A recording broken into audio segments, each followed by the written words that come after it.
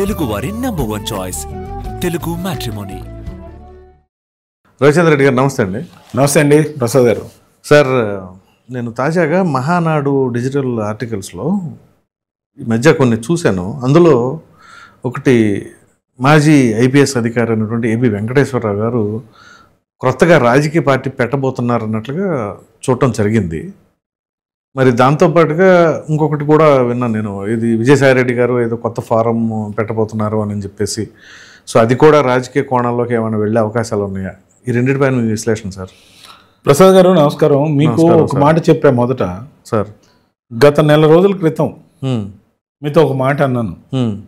వచ్చే సంవత్సరం ఉగాది తర్వాత అవును ఓ 2 పార్టీలు పుట్టే అవకాశం ఉంది.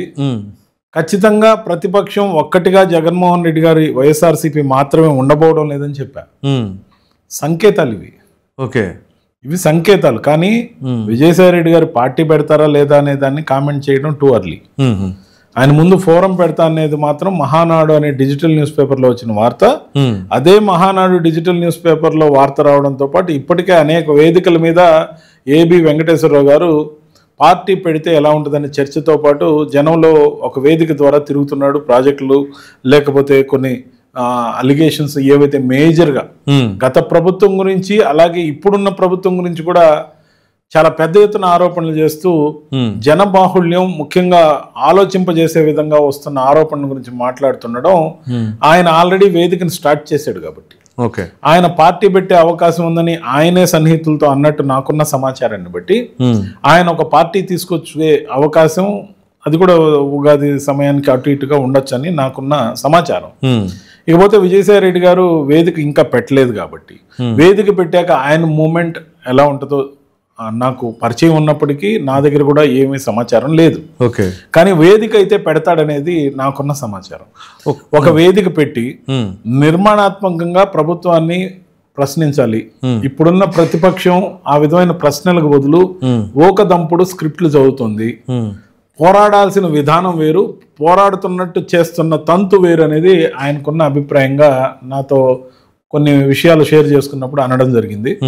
మరి రాజకీయంగా ఆయన గత సంవత్సరం 25వ తేదీ జనవరి నుంచి దూరంగా ఉన్నప్పటికీ మొన్న ఈ మధ్య శ్రీకాకుళంలో జరిగిన దాంతో ఏదైతే కొన్ని స్టేట్మెంట్లు మళ్ళీ అవసరమైతే వస్తానని అనటం, మరి ఎంతకాలం కాల వ్యవధి నిర్ణయించుకున్నారో, ఒకవేళ ఓ సంవత్సరం గ్యాప్ తీసుకుంటారా, అలా అయితే జనవరి ఆఖరి వారంలో ఏమన్నా ప్రకటన ఏమన్నా చేస్తారా, లేకపోతే ఉగాది దాకా సమయం తీసుకుంటారా? కానీ ఆయన నాతో అన్నదాన్ని బట్టి ఖచ్చితంగా ఒక వేదిక ద్వారా రాష్ట్ర ప్రభుత్వంలో జరుగుతున్న విషయాల గురించి చర్చించాల్సిన అవసరం ఉంది. నేను ట్వీట్లు మాత్రమే చేస్తే పని జరిగే అవకాశం లేదు. అంతేకాదు కుల సమీకరణాల గురించి మాట్లాడిన కానీ ఆయన చెప్పింది రాష్ట్రంలో అణగారిన వర్గాల గురించి ఏదైతే అవకతవకలు జరుగుతున్నాయో, ముఖ్యంగా మా కూటమి గురించి మాట్లాడినప్పుడు నేను ముందే ఖండించాను. ఏంటంటే అలాంటి ఏం జరిగాయని, ఎక్కడో కొన్ని సంఘటనలు అవన్నీ నిత్యం జరిగే దాంతో పొలిటికల్ పార్టీకి సంబంధం లేకుండా జరిగిన క్రైమ్ల గురించి మేము పరిష్కరిస్తున్న తీరును కూడా చెప్పడం జరిగింది. So what ever it is, ఆయనకి కొన్ని అభిప్రాయాలు అయితే ఉన్నట్టు వాటిని ఒక వేదిక ద్వారా ప్రజల్లోకి తేవాలనుకుంటున్నట్టయితే నాకున్న సమాచారం. ఇకపోతే ఏబి వెంకటేశ్వరరావు గారు ఖచ్చితంగా పార్టీ పెడతాడని నేను అనుకుంటున్నా. నేను చెప్పిన దాని ప్రకారం మరి నా దృష్టిలో ఇంకో వేరే ఒక వ్యక్తి కూడా ఉన్నారు, బలమైన వ్యక్తి, సామాజిక కోణంతో పాటు ఆర్థికంగా అత్యంత పరిపుష్టంగా ఉన్న వ్యక్తి. ఆయన కూడా పార్టీ వైపు ఆలోచన జరుగుతుంది. దాదాపు 2 అని నేను మొన్న చెప్పా, ఇప్పుడు 3వది 3 పార్టీలు వచ్చే అవకాశం కూడా ఉంది. కానీ ఎన్ని పార్టీలకైనా అవకాశం ఉంటుంది, కానీ ప్రజలు ఎవరిని ఆదరిస్తారు అనేది మెయిన్ ప్లాంక్. కానీ వివిధ రాజకీయ పార్టీలు వచ్చినప్పుడు వైఎస్ఆర్సీపీ చేయాల్సిన నిర్దిష్టమైన ఆరోపణలు ఏవైతే ఉంటాయో రాష్ట్ర ప్రభుత్వం మీద, వాళ్ళు వీళ్ళకన్నా ఎఫెక్టివ్గా కానీ చేస్తే సో ప్రతిపక్షం రోల్లో కూడా వైఎస్ఆర్సీపీ వీక్ అయ్యే అవకాశం ఖచ్చితంగా రాబోయే రోజుల్లో ఉంటుంది. దాని ఫ్యాక్టర్ 1%, 2%, 5% అనేది కాలం నిర్ణయించాలి. మరి ఆ 3వ పార్టీ ఎవరంటారు? అంటే వ్యక్తి పేరు నేను ఇప్పుడు చెప్పడం అనేది, వాళ్ళంతటి వాళ్ళు ఏదైనా కనీసం ఒక వేదికనో పెడితే లీడ్ అని కాదు, ఆ వ్యక్తికి ఆర్థిక పరిపుష్టత చాలా ఎక్కువ ఉంది. ముఖ్యంగా రెడ్డి సామాజిక వర్గం కాదు, అందుకని నేను చెప్పదలుచుకున్నది. ఖచ్చితంగా కూడా ఇంకొక వ్యక్తి, ముఖ్యంగా హింట్ అయితే మీకు ఆల్రెడీ రాధా మిత్ర మండలి నుంచి వస్తుంది, కానీ అటు నుంచి వస్తారా లేకపోతే ఇంకొక పెద్ద దిక్కుగా ఇంకొకరు వస్తారా అనేది నాకు పూర్తిగా సమాచారం రావాల్సి ఉంది ఇంకా. రైట్.